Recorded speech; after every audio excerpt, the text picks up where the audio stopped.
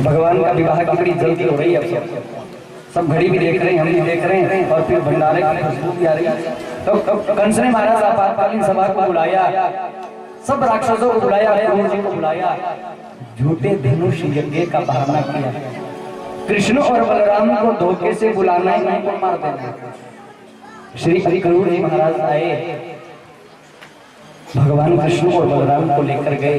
बहुत करुण रस वाली कथा है, बहुत करुण प्रसंग है, लेकिन आज समय थोड़ा निकल गया है। जीवन में कभी अवसर मिला तो इस प्रसंग को बहुत विस्तार से निर्गुण ब्रह्म का उपदेश किया गोपियों ने उद्धव को। अरे बृहस्पति का ज्ञानी शिष्य, ज्ञानियों में अग्रगण्य उद्धव, और अनपढ़ गोपियों के सामने बोलती बंद हो गई,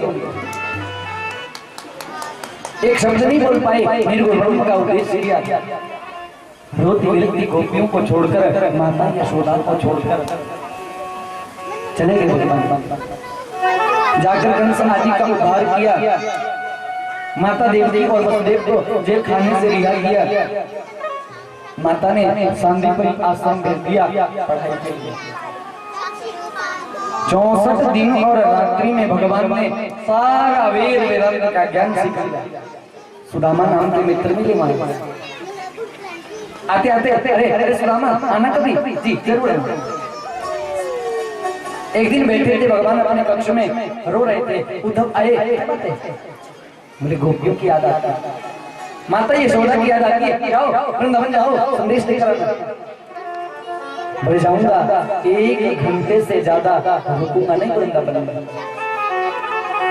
अरे मेरी गाड़ी कमड़ी ओढ़ कर जाना, मेरा रथ लेकर जाओ। क्यों? ब्रजवासी बात नहीं करते किसी से। आए थे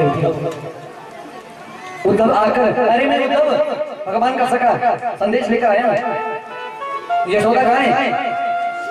सीधे चले जाओ। माता यशोदा से भेंट की। प्रातः काल में गोपियों से भी मिले। गोपियां तो बात कर रही हैं आपस में। आज सपने में आए थे कि मैं जमुना जी का पानी भर के आई, मटकी सर पर धरने लगी, हाथ पकड़ लिया मेरा। मैं हाथ पकड़ने लगी और नींद खुल गई। देखा तो सब एक कहती मेरे घर तक आए, मेरा आंचल पकड़कर मैं अंदर खींचने लगी घर के, नींद खुल गई। किशोरी राधा झरझर झरझर करके नेत्रों से शुभ प्रभात रही है। बोले धन्य है देवी।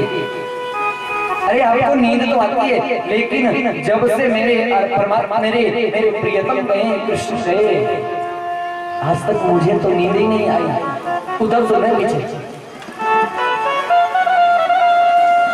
उद्धव आए, अरे गोपी किसके लिए रोती हो? वो तो ब्रह्म है, परमात्मा है, निर्गुण ब्रह्म में मन लगाओ। बोले ब्रह्म कैसा होता है? बोले जो बिना हाथ के देखता है, बिना मुंह के बोलता है, बिना हाथ के काम करता है, बिना पाँव के चलता है। उद्धव ये बताओ, अगर बिना हाथ वाला ब्रह्म होता है, हमारी मटकियों को फोड़ा किसने? बताओ। अगर ब्रह्म के हाथ नहीं होता, हमारी मटकियों को फोड़ा किसने? पाँव नहीं होते, हमारी गाय को चराने गया कैसे? आंख नहीं होता, हमको नहाते हुए देखा कैसे? अरे उद्धव, मन तो नहीं 10-20, एक मन था कृष्ण संग चला गया, दूसरा ब्रह्म पे लगाने के लिए मन नहीं है। अरे उद्धव तुम तो भाई बाबरे पाती लेकर आए दौड़े, बाबरे होकर आगे हमको समझाने, ब्रह्म में मन लगाओ, नहीं हमारे जाओ, कह देना अपने कृष्ण से जीवन भर रोती रहेंगी, आएंगे नहीं तेरे पास। मेरे रोने से आए तुमको हंसी, तो मेरो रो तुमको मनाया करो। हमारे रोने से कृष्ण को खुशी मिलती है, हम रोएंगी, मर जाएंगी, जाएंगे नहीं। 6 महीने तक उद्धव गोपियों के प्रेम के अश्रुओं से बने हुए सरोवर में गोते लगाते रहे। 6 महीने बाद आए भगवान से कहते, मैंने तेरे जैसा दुष्ट नहीं देखा। अरे रोती बिलखती गोपियों को छोड़कर आए, जाओ दर्शन देकर आओ, दर्शन देकर आओ। उद्धव नेत्रों को बंद करो। उद्धव ने अपने नेत्रों को बंद किया, आंख खोलकर देखा, सब गोपियां, सब ग्वाले, यशोदा माता, सब किशोरी राधा भगवान के पास बैठे।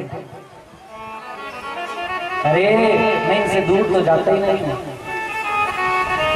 ये सब तो मेरे पास है, लेकिन आपके जीवन में उद्धव भक्ति ज्ञान जो था, भक्ति नहीं थी, बोले भक्ति का पुट आपके जीवन में लग जाए, इसलिए मैंने व्रत बंधन भेजा। अब तुम्हारे जीवन में भक्ति भी है, ज्ञान भी है, वैराग्य भी है। बिना बिना बिना भक्ति के ज्ञान सूखा होता है। हम सभी को ज्ञान अवश्य हो सकता है, लेकिन वो ज्ञान सार्थक तब होगा जब परमात्मा की भक्ति जीवन में आएगी। खूब बातें हुई, आगे चलकर भैया ऐसी कथा आई, श्री बलराम जी महाराज का ब्याह हुआ। अब भगवान भी कहते हैं, बोले भैया अब बड़े भैया का ब्याह तो हो ही गया, अब हमारा भी होना चाहिए, हमारा ब्याह भी होना चाहिए। भगवान को भी ब्याह की लगी है, और उधर भैया देखो